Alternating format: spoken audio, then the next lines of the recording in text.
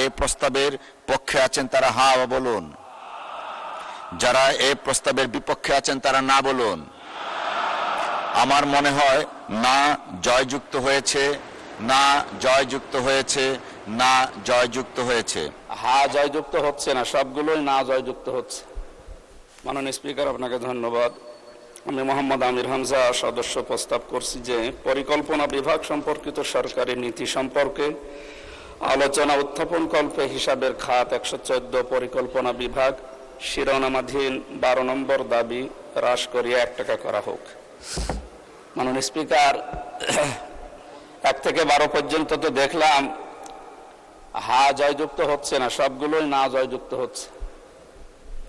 তারপরেও আমার পক্ষ থেকে সরকারের দৃষ্টি আকর্ষণ করার জন্য নিম্নলিখিত কিছু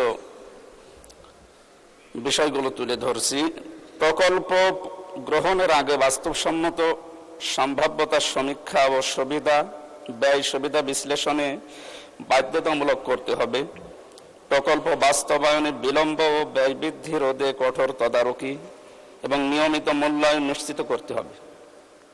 বার্ষিক উন্নয়ন কর্মসূচি এডিপি বাস্তবায়নে স্বচ্ছতা, জবাবদিহিতা ও গুণগত মান নিশ্চিত করতে হবে।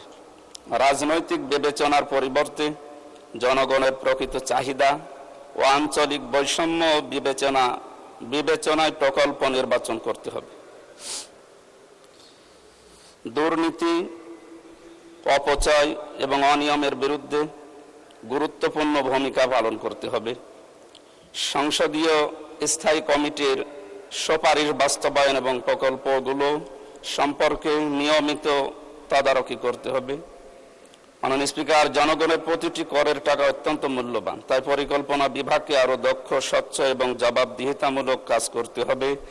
সেই লক্ষ্যে আমি এই ছাঁটাই প্রস্তাবের পক্ষে যে বক্তব্য প্রদান করেছি, আশা করছি সরকার এগুলো বিবেচনায় নেবেন। মাননীয় স্পিকার, আপনাকে ধন্যবাদ।